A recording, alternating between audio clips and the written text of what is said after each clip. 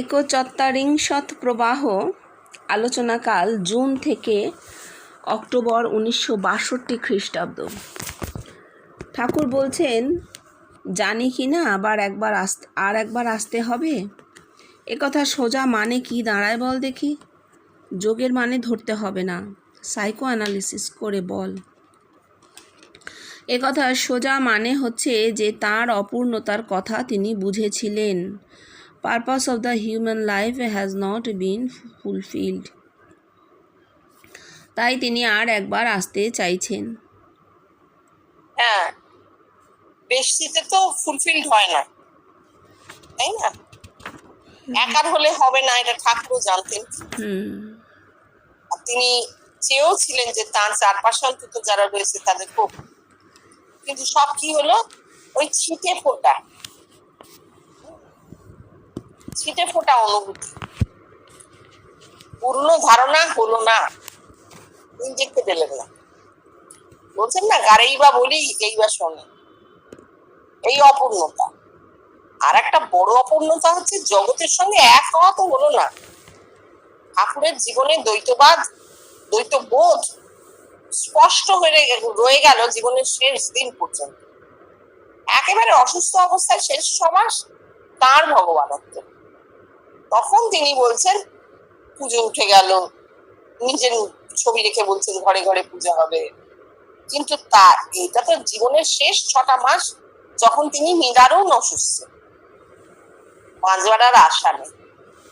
তাহলে জগতের সঙ্গে এক হওয়া তার হলো না।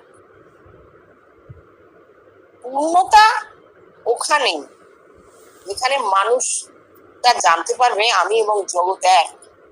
কারণ তারপরে আর কিছু পাওয়ার নেই, হয়ে গেল, পাওয়া শেষ। তাই বলছেন জানি কিনা আরেকবার আসতে হবে, অর্থাৎ চৈতন্যের আরেকবার অবতরণ করবে। কেন? চৈতন্য ব্যাপ্ত হলো না, চৈতন্য জগৎ ব্যাপ্ত হলো না, চৈতন্য শক্তি রূপে অবতরণ হয়ে তার দেহে নেমে গেল না, চৈতন্য জগৎ ব্যাপ্ত হবে। তাই আরেকবার এই একই ঘটনা আরেকবার ঘটবে। তাকে আসতে হবে না, কোথাও তো বলছেন না যে আমাকে আসতে হবে, বলছেন জানি কিনা আরেকবার আসতে হবে। কাকে আসতে হবে সে বলেননি। আমরা ধরে নিচ্ছি ঠাকুর আবার আসবে না। ঠাকুর যে চৈতন্য ঠাকুরের দেহে শক্তি রূপে অবতরণ করেছিল, সেই চৈতন্য এরপর আবার এসে কি হবে, জগৎ ব্যাপ্ত হবে। হ্যাঁ, একটি দেহ তো চাই, দেহ ছাড়া তো হবে না। একটি দেহ থেকে তা লক্ষ লক্ষ দেহে পৌঁছে যাবে, ছড়িয়ে যাবে। এটাই এইরকমই তারও ভাবনা চিন্তা পাচ্ছি। আর আমরা সাধারণ মানুষও তো বলি, আমাদের সাধারণ মানুষের যে অবস্থাটা, আমাদেরও তো পূর্ণ অনুভূতি হয় না, আমরা তো পূর্ণত্বের স্বাদ পাই না। হ্যাঁ, পূর্ণত্বের স্বাদ না পাওয়ার জন্য আমরা কি ভাবি, এই জগৎটাই সত্যি, এই জগতের যত সংঘাত যত আঘাত সহ্য করে বেঁচে থাকি। আর কি বলি, বাবা এবারে এত কষ্ট হলো, ভগবান আর জন্মে যেন কষ্ট দিও না, মানে আবার আসবো। আর তখন কষ্ট দিও না, একটু আনন্দ দিও। এটা সাধারণ মানুষের কথা না। আর এখানে ঠাকুর এই কথাটা বলছেন যে চৈতন্য জগৎ ব্যাপ্ত হলো না, আরেকবার আসতে হবে, মানে চৈতন্যের আরেকবার প্রকাশ ঘটবে। এবং তার জন্য তো দেহ চাই। তারপর আমি অনেকদিন ভেবেছি ঠাকুর ন্যাংটো হয়ে বেড়াতেন কেন, কোনো কারণ খুঁজে পাইনি। আজ কথা বলতে বলতে হঠাৎ বুঝতে পারলুম, যখন তিনি ন্যাংটো হয়ে বেড়াতেন তখন দেখা যায় তিনি কিছুটা প্রকৃতিস্থ কিছুটা অপ্রকৃতিস্থ। অর্থাৎ তখন তার ব্রেনের অ্যাবরিজিনালিটির সেল ফুটে উঠত। মানুষ যখন ন্যাংটো হয়ে বেড়াতো সেই সময়কার সংস্কার কীরকম তার মাথায় ফুটে উঠত। তাই তখন কাপড় ফেলে দিয়ে বেড়াতেন। এতে কি ধর্ম হলো? কি ধর্ম হলো? ধর্ম বলতে যা বোঝায় তা নয়, দেহের ধর্ম ফুটে উঠল। ঠাকুরের 6 মাস নির্বিকল্প সমাধিতে থাকার কথায় তোদের বলেছি যে মানুষ যখন আর্কটিক জোনে থাকতো তখন তারা 6 মাস ঘুমতো, 6 মাস জেগে থাকতো। সেই সংস্কার ঠাকুরের মধ্যে কিভাবে ফুটে উঠেছিল তাই তিনি 6 মাস নির্বিকল্প সমাধিতে ছিলেন। ন্যাংটো হয়ে থাকার ব্যাপারটাও তাই।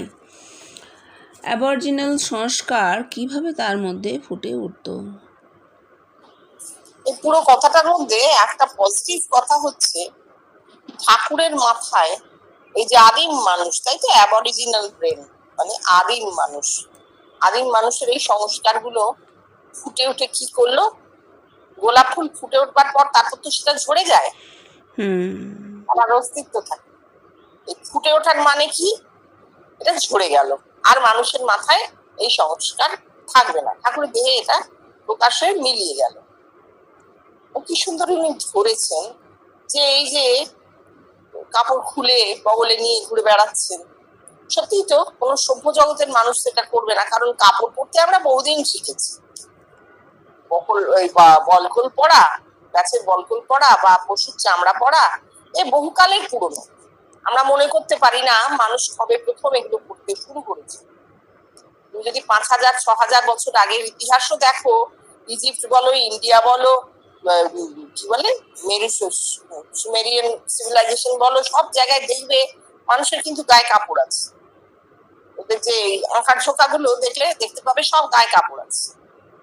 তাহলে কাপড় কি গয়না পর্যন্ত পড়তে শিখেছিল।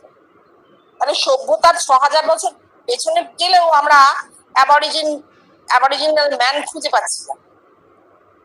একমাত্র ওই আন্দামানের উপজাতি যারা এখনো উলঙ্গ হয়েই থাকে, এছাড়া সারা পৃথিবীতে আমরা কিন্তু অ্যাবরিজিনাল মানুষ আর খুঁজে পাচ্ছি না। মানুষ বহু কাল হলো কাপড় পরতে শিখেছে। ঠাকুর সেই কাপড় খুলে ঘুরছেন, তাকে সে সমসাময়িক দৃষ্টিতে বলা হয়েছে তিনি উন্মাদ, পাগল ছিলেন, একদম পরিষ্কার লিখেছে পাগল ছিলেন। হ্যাঁ, পাগলে গায়ে কাপড় চোপড় ঠিক রাখেন, এই জন্যই তারা লিখেছে। কোন সভ্য মানুষ এই জিনিস করবে না। কিন্তু ঠাকুর তো অসভ্য ছিলেন না, ঠাকুর তো মোটেই অসভ্য ছিলেন না, তাহলে তিনি এই কাজটা করছেন কেন? তাহলে তার মাথায় অসুবিধে আছে, উন্মাদ বলা হচ্ছে। আসলে জীবনকৃষ্ণ বলছেন ওই যে একটা অর্ধবাহ্য দশা হতো, তখন তার মাথায় ওই অ্যাবরিজিনাল সেলটা ফুটতো, তখন এই কাজটা বলছেন। দেহে দেহবোধ নাই, কি একটা যেন শিরশির করে ওঠে কাপড় দিলে গায়ে, অর্থাৎ সেই প্রচুর পুরোনো কালের একটা স্মৃতি মানুষের মাথায় তো থাকে, সেইটে ফুটছে, রাখতে পারছে না। আর সেইটার রেফারেন্সে কত বড় কথাটা আমরা কোথাও পাইনি তো, যে ঠাকুর নিজে বলে গেছেন যে 6 মাস তিনি নির্বিকল্প সমাধিতে ছিলেন। দেশটিতে নির্বিকল্প সমাধি হয় না, যাই হোক আমরা ধরে নিচ্ছি তিনি সমাধিতে ছিলেন। এবার বলো তো, 6 মাস একটা মানুষ সমাধিতে থাকা মানে তিনি খাবেন না, বাঁচে যাবেন না, এটা হতে পারে? তাই তো। তাকে তো হসপিটালাইজ করতে হবে, তাকে লাইফ সাপোর্টে রাখতে হবে, রীতিমতো ফ্লুইড দিতে হবে, হ্যাঁ, তাকে খাওয়াবার একটা কোনো ব্যবস্থা করতে হবে, যেটা আমরা দেখি লাইফ সাপোর্টে থাকলে। কোমায় গেলে লোকে বলে না যে 2 বছরও থাকতে পারে, 2 মাসও থাকতে পারে, কোনো ঠিক নেই।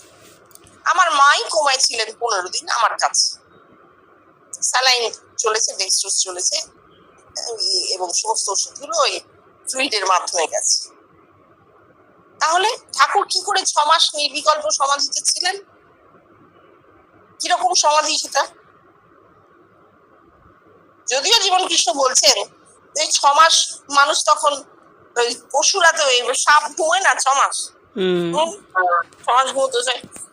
তখন কি বলছেন যে মানুষ আর্কটিক জোনে যখন থাকে, মানে উত্তর মেরুর কাছে একদম বরফ, সেখানে সামারে মানুষ জাগতো আর উইন্টারে ঘুমিয়ে যেত, এবং দেহ সেটা নিত।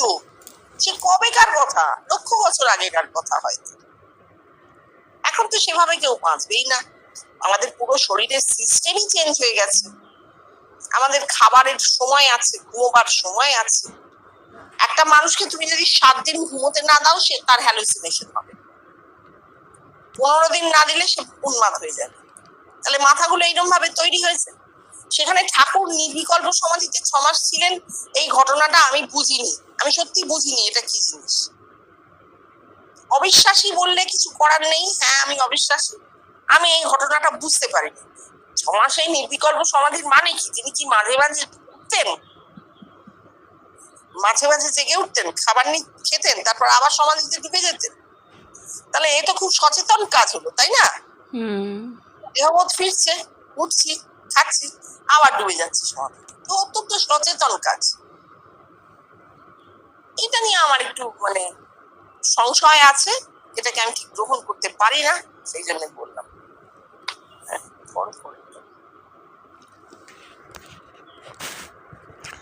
খালি খাবারের আয়োজন।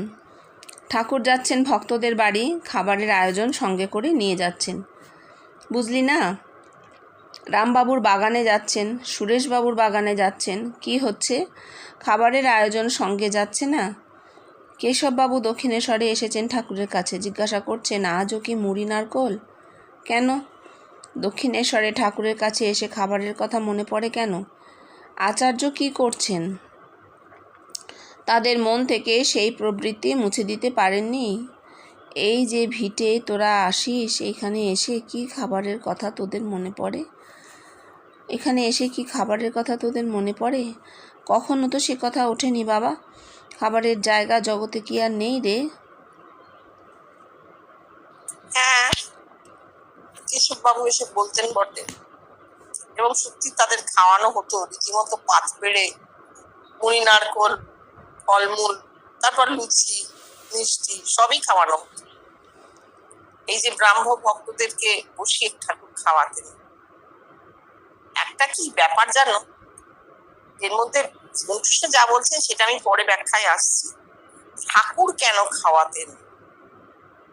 এক দরিদ্র ব্রাহ্মণ 5 টাকা পেনশন পান, অথচ যে তার কাছে আসছে তাকেই তিনি খাওয়াচ্ছেন। তার জন্যে দক্ষিণেশ্বরের মন্দির ভান্ডার থেকে অনেক অনেক কিছু তাকে দেওয়া হতো না। ওই মথুর বাবু পর্যন্ত তিনি পেয়েছেন, যাকে যা দেবেন বলেছেন মথুর বাবু 2 হাত তুলে দিয়েছেন। মথুর বাবু চলে যাবার পর কিন্তু ঠাকুরের সে অবস্থা ছিল না। মা ঠাকুর আসছেন, ঠাকুর বলছেন তুমি এলে, মথুর নেই, কে তোমাকে যত্ন করবে?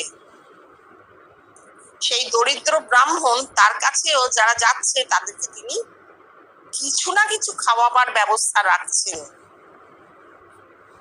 সুরেশ মিত্র টাকা দিত, 10 টাকা করে 2 মাস চলতো, 5 টাকা ভক্ত সেবার জন্য। মা ঠাকুরকে দিয়ে তিনি এত রুটি ছোলার ডাল করাচ্ছেন, সামান্য খাবার, ভক্তরা খাবে, থাকবে। এই যে জিনিসটা আমরা দেখেছি, এটা কেন করেছেন উনি? কেন? যাতে মনের সংকীর্ণতা যায়। সত্যিই তো কেশববাবু এসে বলছেন তো, আজও কি মুড়ি নারকোল? তা তুমি কি আশা করে এসেছো? একজন দরিদ্র ব্রাহ্মণ, তার কাছে তুমি কি আশা করে এসেছো? যেসব কেশববাবু তো ক্রাইস্ট দ্বারা অনুপ্রাণিত না, একটা রুটির টুকরোকে 5000 জনকে খাইয়েছিলেন ক্রাইস্ট। মানে তিনি অলৌকিকত্ব চাইছেন ঠাকুরের কাছে। মুড়ি নারকোল কেন খাওয়াবেন? এসেছি তুমি একেবারে এলাহি ব্যবস্থা করো, তোমার কত শক্তি, তুমি না ঠাকুর, তুমি না পরমহংস, তুমি অবতার। এই হচ্ছে কেশববাবুর মনের ভাব, এই হচ্ছে কেশববাবুর মনের ভাব। এদের কাছে অলৌকিকত্ব একটা অনেক বড় ব্যাপার ছিল, তাই জন্য এইসব প্রশ্নগুলো আসছে। তাহলে তারা কি জানতেন না যে ঠাকুরের সামর্থ্য কতটুকু, তিনি কি করে খাওয়াবেন? কিন্তু ঠাকুর অত্যন্ত পারফেক্ট একজন মানুষ ছিলেন। বলছেন যে নুনের হিসেব পারে, সে চিনির হিসেবও পারে। তিনি অত্যন্ত হিসেব করে এদেরকে খাওয়াতেন, দাওয়াতেন, রাখতেন, নিজের আয়ত্তের বাইরে কোথাও যেতেন না। ভক্তরা যেসব মিষ্টি টিষ্টি আনতো, মিষ্টির থালা টালা আনতো, সব রেখে দিতেন, গুছিয়ে রাখা থাকতো। রামলালকে বলতেন ওখানে অমুকটা আছে, সবাইকে দে। নিজের খাবার জন্য না, একজন গৃহিণী যেরকম সংসার চালায়, তিনি ঠিক সেইভাবে ভক্তের সংসারকে চালিয়েছেন। কেন? দৃষ্টান্ত আমাদেরও জীবন থাকা উচিত। দৃষ্টান্ত যে অবতার কোনো অলৌকিক কাজ করেন না, তিনি একটা রুটি 5000 জনকে খাওয়াবেন না, না ওরকম জাদু নেই, মিরাকল নেই, ধর্মে মিরাকল নেই। এইটা ঠাকুরের সময়কার ঘটনা। আর কি করছেন? যেটা জীবনকৃষ্ণ কন্ডেম করেছেন। যেখানে যাচ্ছেন সেখানে গিয়ে ঠাকুর কি করছেন? খাদ্য গ্রহণ করছেন। রামবাবুর বাগানে যাচ্ছেন, বলরাম বাবুর বাড়ি যাচ্ছেন, গিরিশ ঘোষের বাড়ি, সব জায়গায় গিয়ে তিনি খাচ্ছেন, তারাও খেতে দিচ্ছেন। এই সময় ধারণা মহাপুরুষ এসেছেন, তাকে আমি খাইয়ে তুষ্ট করবো, নৈবেদ্য দিই না ঠাকুরের সামনে, তারাও বলেছেন নৈবেদ্য। হ্যাঁ, ঠাকুর কেন গ্রহণ করলেন বলা যেতে পারে। ঠাকুর কেন গ্রহণ করলেন? প্রচলিত অবতার তো বেশটি, প্রচলিত সমাজের সমস্ত ব্যবস্থাকে অবতার উল্টে দিতে পারেন না, তাকে সমাজকে সঙ্গে নিয়ে চলতে হয়। দান যেখানে আত্মিকে হয়, যখন মানুষগুলো আলোকিত হয় এবং বোঝে যে না, ও জিনিস নয়, তিনি আমাদের দুটো খাওয়াতে আসেননি, এখানে তিনি আরো বড় জিনিস দিতে এসেছেন, তখন ধীরে ধীরে মাথা থেকে এগুলো সরে যায়। কারণ এটা জীবত্ব, খাদ্য গ্রহণ তো অত্যন্ত জৈবিক কাজ। ঠাকুরের কাছে এসে তার জীবত্ব মনে পড়বে কেন? তার তো এই প্রবৃত্তি সরে যাওয়া উচিত। এইটা উনি বলেছেন, বলতে চেয়েছেন। এবার বলছেন তোরা যে এখানে আসিস, তোদের কি খাবারের কথা মনে পড়ে না? এটাও সত্যি কথা, এটা বলতে হবে, মনে পড়ে না। তার কারণ তার ভিটেতে খাবারের কোনো ব্যবস্থাই ছিল না, শুধু জলই খাওয়া যেত, এক কাপ চা খাওয়ারও তার কোনো অধিকার ছিল না। এবং অন্তরঙ্গ সঙ্গকারী যারা অফিস থেকে আসতেন, এক প্লেট খিদে নিয়েই তো আসতেন, তারা কি করতেন? মোড়ের দোকান থেকে খাবার খেয়ে আসতেন, চাটা সঙ্গে আরো কিছু, কেউ পাউরুটি খাচ্ছেন, কেউ দুলাল ঘোষের দোকানের থেকে দুটো কচুরি খাচ্ছেন, যার যেমন অবস্থা, খেয়ে জল টল খেয়ে ওর ঘরে আসতেন।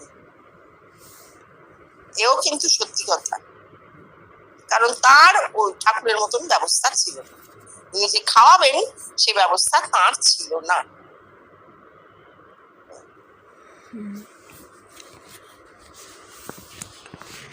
ওই যে গান পড়া হচ্ছে, মা কি আমার কালো রে, আমি মাও জানি না, বাপও জানি না, আমি জানি আমার ধর্ম। এ হচ্ছে মনুষ্য জীবনের স্বাভাবিক সত্য, সেই সত্যকে ধারণের ক্ষমতা থাকলেই ফুটে উঠবে। হ্যাঁ, মা তো দেহ কালো, মানে দেহের নির্গুণের কথা হচ্ছে আর কি। মা কি আমার কালো রে, দেহের যে নির্গুণ ফ্যাকাল্টি, সেইটা গানে বলা হচ্ছে। যিনি গান করছেন তিনি তার পরের লাইনটাই বলেছেন, কালো রূপে দিগম্বরী রীতিবদ্ধ করে আলোরে।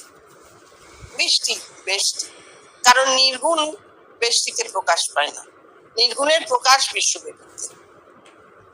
তাহলে নির্গুণ থেকে একটি আলোর রেখা হৃদয়ে আসছে, তাইতে জানা যাচ্ছে যে না, মা আলো বটে। এটা হচ্ছে যিনি গান করেছেন তার কথা। এবার যিনি নোট করেছেন তার কথাটা বলতে হবে। তিনি যে একটা বড় ড্যাশ দিয়ে তারপর জীবনকৃষ্ণের দুটো লাইন নোট করেছেন, তার আগের কথাগুলো নোট করেননি, তার ফলে কথাটা ভীষণ খাপ ছাড়া হয়ে গেছে। কারণ গানে নির্গুণ থেকে সগুণে আসার কথা আছে, এবং একক মানুষের জীবনে সেই শক্তিটা পূর্ণ হলে তার সব পাওয়া হয়, আর কিছু পাওয়ার দরকার নেই। তুমি সমুদ্রের মাঝখানে পড়লে সমুদ্রের জলের স্বাদ পাবে, সমুদ্রের স্নানের আনন্দ পাবে, তার জন্য তোমাকে সমস্ত সমুদ্র ধারণ করতে হবে না, তো করা যায়ও না, তাই না? এইটা কিন্তু খুব সত্যি, এই কথাটা কোথাও বলা নেই। যিনি নোট করেছেন তিনি কি করেছেন? তিনি ওই শেষে জীবনকৃষ্ণ বললেন ওই দুটো লাইন নোট করেছেন, মা বাপ জানি না, আমি জানি আমার ধর্ম। ধর্ম কি? মনুষ্য জীবনের স্বাভাবিক সত্য। হ্যাঁ, সেটা জৈবিক ধর্মও হতে পারে, আত্মিক ধর্মও হতে পারে। জৈবিক ধর্ম তো আছে, দেহের ধর্ম তো আছে, দেহের ধর্ম আছে, আবার আত্মার ধর্মও আছে। দেহের ধর্ম আমরা সবাই জানি, আত্মার ধর্ম কি জানি না। সেই আত্মার ধর্ম কি? আত্মা সৎ, মানে সত্য, চিরন্তন। সেটা কি? এক।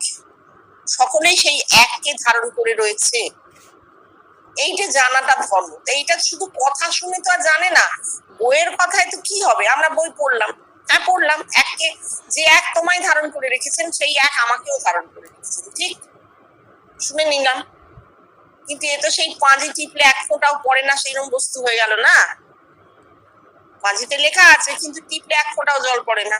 জানা হলো এক তোমায় ধারণ করে রয়েছে, আমাকেও ধারণ করে রয়েছে, কিন্তু আমাদের নিংড়লে তো এক বেরোবে না। আর যতক্ষণ না উপলব্ধির জগৎটা খুলছে এগুলো কোনোটাই দাঁড়াচ্ছে না। এ নিয়ে উনি শেষ জীবনে অনেক হাহুতাশ করেছেন। যিনি নোট করেছেন তাকে আমায় বলতেই হবে এই নোটটা একদম ঠিক হয়। হ্যাঁ, পরেরটা পড়ো। দ্বৈতবাদে একজন বড় আর একজন ছোট। দ্বৈতবাদেরই ওপর বেশ করা। একজন বড়, অপর সকলে তার ভজনা করো। আর আমাদের বেদ বলছে সকলেই সেই ব্রহ্ম, তত্ত্বমসি। বলেছেন ঋষিরা। আমরা দেখছি দ্বৈতবাদীদের কথা ভুল, ঋষিদের কথাই ঠিক। ঋষিদের কথাই যে ঠিক তার প্রমাণ কি? প্রমাণ আমাদের এই ঘরে। হ্যাঁ, এই তো একদম সত্যি কথা উনি বলেই দিয়েছেন। এবার একটু বেরিয়ে গিয়ে দেখি, দ্বৈতবাদ কিন্তু ঋষিদের আগে ছিল না, এক দিয়েই শুরু হয়েছে। সব ধর্মে যে বলা হয়েছে না, প্রথমে এক ছিলেন, তা থেকে বহু হলেন। সব ধর্ম একং সৎ, একই সত্য, সৎ শাশ্বত। বিপ্রা বহুধা বদন্তি।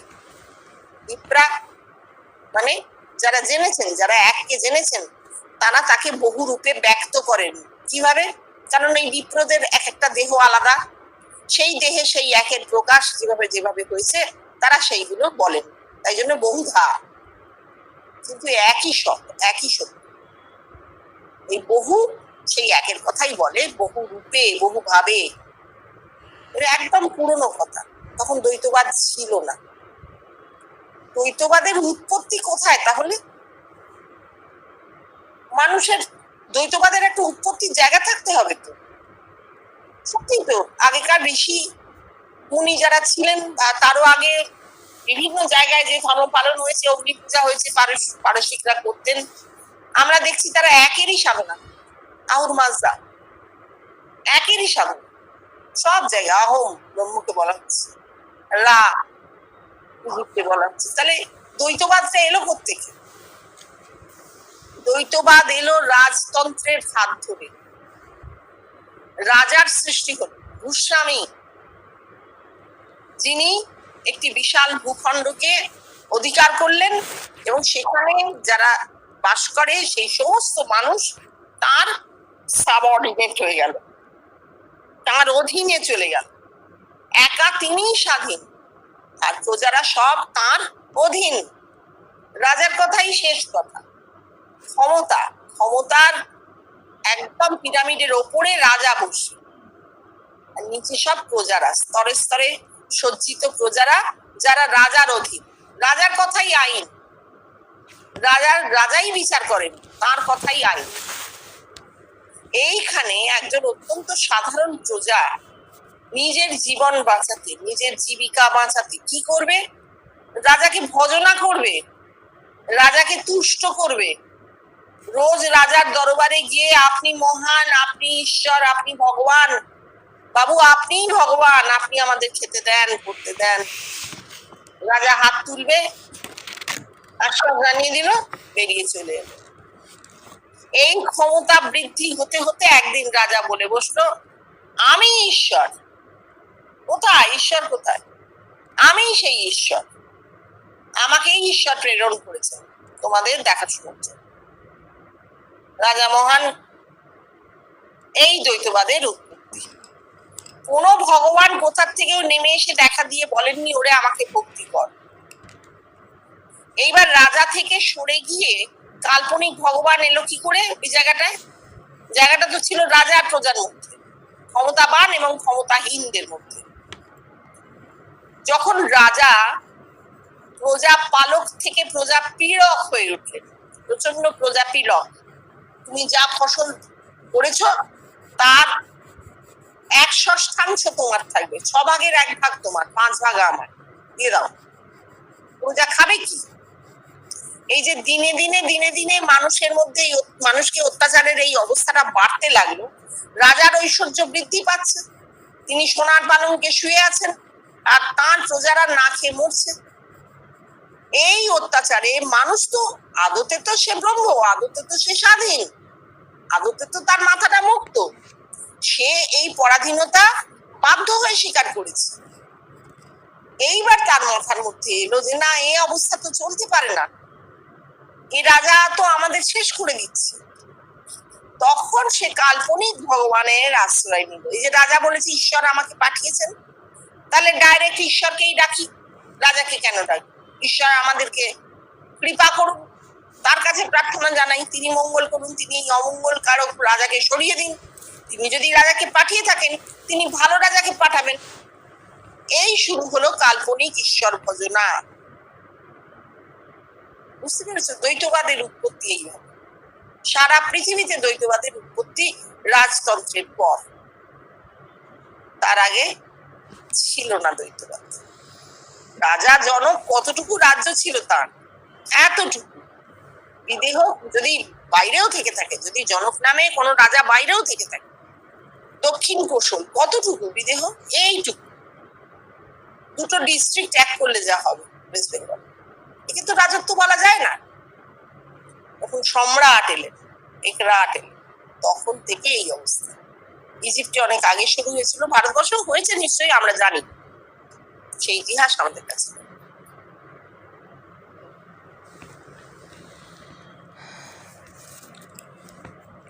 আমি জন্মেছি এই মনুষ্য জাতির মধ্যে, আমি আমার গান গাইব না মনুষ্য জাতির গান গাইব? মনুষ্য জাতির গান গাইব। এত লোক দেখার পর একটা কথা বলতে পারা যায় যে আমার রূপ সকলের মধ্যেই আছে। মনুষ্য জাতির সেই গান এক সুরে বাঁধা। এই কথাটা বলবার জন্যেই জীবনকৃষ্ণ কোনো ধনী রাজ পরিবারে জন্মাননি। এই কথাটা বলবার জন্যই জীবনকৃষ্ণ বিরাট স্কলার হয়ে প্রচুর খ্যাতি নিয়ে পৃথিবীতে আসেননি। এই কথাটার জন্যই তাকে সাধারণ মানুষ চিনত না। তিনি একজন অতি নগণ্য মানুষ হয়ে পৃথিবীর বুকে বেঁচে গেলেন। কেন? কারণ সাধারণ মানুষই বাঁচে, সাধারণ মানুষের জীবনই জীবন, প্রকৃত জীবন। কারণ তারাই মাস। একজন দুজন ছিটকে বেরিয়ে নাম হচ্ছে, যশ হচ্ছে, রাজা হচ্ছে, মন্ত্রী হচ্ছে, তারা সমাজকে রিপ্রেজেন্ট করেন না, রিপ্রেজেন্ট করে সাধারণ মানুষ। এই দিক থেকে যদি তুমি দেখো, তাহলে জীবনকৃষ্ণের এই স্পিরিচুয়াল কমিউনিজমটা পরিষ্কার হয়ে যাবে। যখন তিনি বলছেন যে আমি কি আমার গান গাইবো না মনুষ্য জাতির গান গাইব? মনুষ্য জাতির গান গাইব। এত বড় সাম্যবাদী আর কে আছে? তিনি চাইছেন সমস্ত মানুষের মধ্যে জিনিসটা সমানভাবে ছড়িয়ে যাক, সবাই এই চৈতন্যের অধিকারী হোক। আমি একা হয়ে কি হবে? এই যে স্বার্থত্যাগ, এই যে আত্মত্যাগ, এর বিরাট ব্যাপার। আমরা বুঝতে পারছি না কিন্তু যেটা কত বড় ব্যাপার। এটা যে কত বড় ব্যাপার আমরা বুঝতে পারছি না, আমাদের ধারণায় আসছে না। কিন্তু তার জীবনের দিকে তাকালে খানিকটা বোঝা যাবে কিভাবে তিনি জীবনটা যাপন করেছেন, কিভাবে কোথায় তিনি থেকেছেন। অত্যন্ত সাধারণ ঘরের সাধারণ একটি ছেলে, বাবা মা হারিয়ে অত্যন্ত সাধারণভাবে বড় হয়েছে। কেউ কোথাও তাকে চিনত না। পড়াশোনা করেছেন, চাকরি করেছেন, মাসির বাড়িতে থেকেছেন। এই যে একটা মানুষ যে আর 5টা মানুষের মধ্যে অনায়াসে মিশে যেতে পারেন, তিনি বলছেন এই কথাটা যে আমি যা পেয়েছেন তো আত্মিকে, তিনি তার কোনো শেষ নেই। আত্মিকে তো তিনি রাজার রাজা। সেইখানে দাঁড়িয়ে তিনি বলছেন আমি কি আমার গান গাইবো না মনুষ্য জাতির গান গাইব? মনুষ্য জাতির গান গাইব। এই যে সবার মধ্যে রূপ ফুটে উঠছে, অর্থাৎ সবার সুর এক হয়ে যাচ্ছে। তার কতটা আনন্দ হচ্ছে, কারণ তিনি এটা চেয়েছিলেন যে না আমার একার হলে হবে না, তো জগতের হতে হবে। দেখছেন আর মনে আনন্দ হচ্ছে। সাম্যবাদী যদি বলতে হয় কাউকে, তাহলে আমরা জীবন কৃষ্ণকেই বলব।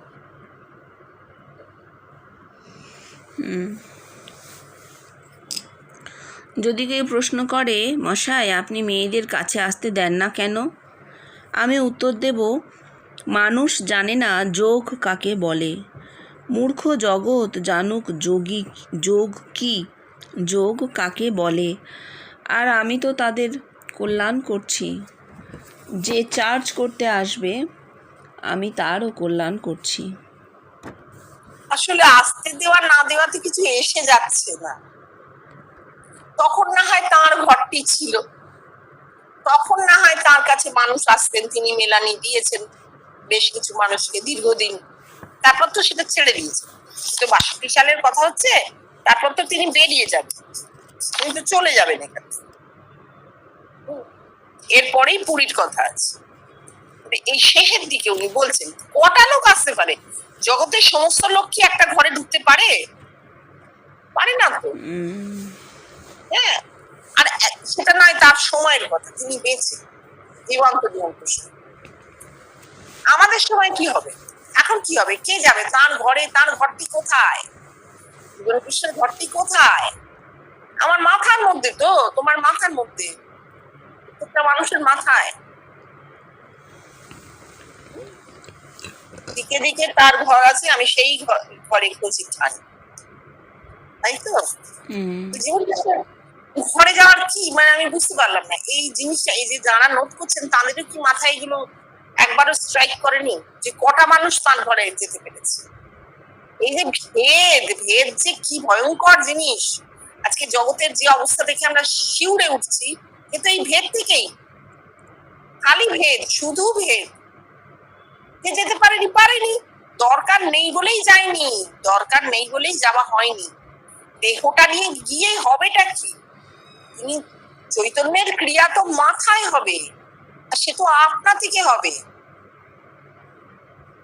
তাই বলছেন মূর্খ জগৎ, সত্যি জগৎ জানে না। কেন আসতে দেন না মেয়েদের কাছে? আসতে দিলেই বা কি, না দিলেই বা কি? তোরাই বা এসেছিস কেন বল? আসতে যে দেননি সে তো নিজের জন্য নয়, ঘরে যারা আসছে তাদের জন্য। কারণ যে মন তার দিকে পড়ে রয়েছে, ঘরে এসে একটি মেয়ে মানুষ এসে বসবে, সেই মনই তার দিক থেকে সরে ওই মেয়ে মানুষের দিকে যাবে। পুরুষ এমন, পুরুষ এমন। আমরা কি জানি না এগুলো? আমরা তো মেয়ে মানুষ, আমরা জানি না? নিজের জন্য নয়, তাদের জন্যই করেছিলেন জিনিসটা। আর তার মানে এই নয় যে তিনি মেয়েদের জন্য চিন্তা করেননি, করেছেন তো। মেয়েরা তো দেখেছে তাকে, তিনি চিন্তা করুন আর না করুন, মেয়েরা দেখেছে তাকে, খবর পাঠিয়েছে তাকে, জাগ্রতে ডাহা দেহ নিয়ে দেখেছে তাকে, খবর পাঠিয়েছে। যিনি লিখছেন, যিনি নোট করছেন, তার স্ত্রী দেখেছে একেবারে ডাহা, বাড়িতে খোঁজ করতে গেছে, তিনি বলেছেন। তাহলে এই কথাগুলো কোনো যুক্তিই নেই আর।